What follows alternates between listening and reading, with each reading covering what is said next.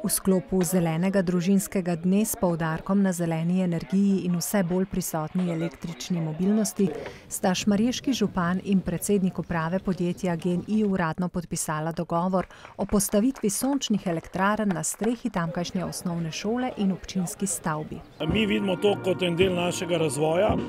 Smo turistična občina, želimo ponujati v bistvu zeleno okolje, čisto pitno vodo, čist zrak in vsak korak, ki ga lahko naredimo v to smer, je seveda zlata vreden. Te sončne elektrarne ne bodo namenjene samo občinskim porabnikom, ampak namenjene bodo tudi občanom in občankam, kar pomeni, na teh strehah občinskih bomo vzpostavili skupnost, ki bo služila dejansko lokalnemu okolju. Na ta način dosežemo ne samo okoljski učinek, ne samo finančni učinek, ampak dosežemo tudi učinek povezovanja v skupnosti in solidarnosti med ljudmi. Čeprav vse niso primerne, pa že sama površina streh javnih objektov v 212 slovenskih občinah zgovorno nakazuje izjemen potencial za pridobivanje zelene sončne energije.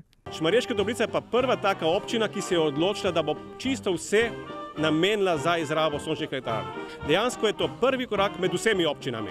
Seveda si želimo, da bi sledile ostale. Povem, da se pogovarjamo danes z več kot 30 in vem, da bomo do konca leta, ko bo tudi zakonodaja prilagojena temu, takih dogodkov imeli vsaj še 10 ali 20. Pot zelene preobrazbe, ki bo zaznamovala prihodnja desetletja, bo jasna zaveza šmarješke občine tudi v prihodnje. Poslovna cona Kronovo bo na primer prva slovenska poslovna cona, ki bo v celoti energetsko samooskrbna. To je še en velik projekt, ki nas čaka tudi skupaj z GEN-I. Nastaja nov velik objekt tudi v centru Šmarjeških Toplic, 45 varovanih stanovanj, ki bodo tudi energetsko samooskrbna. Po raziskavi iz leta 2018 tehnični potencial sončnih elektrarn predstavlja skoraj dvakratnik sedanje proizvodnje električne energije v Sloveniji.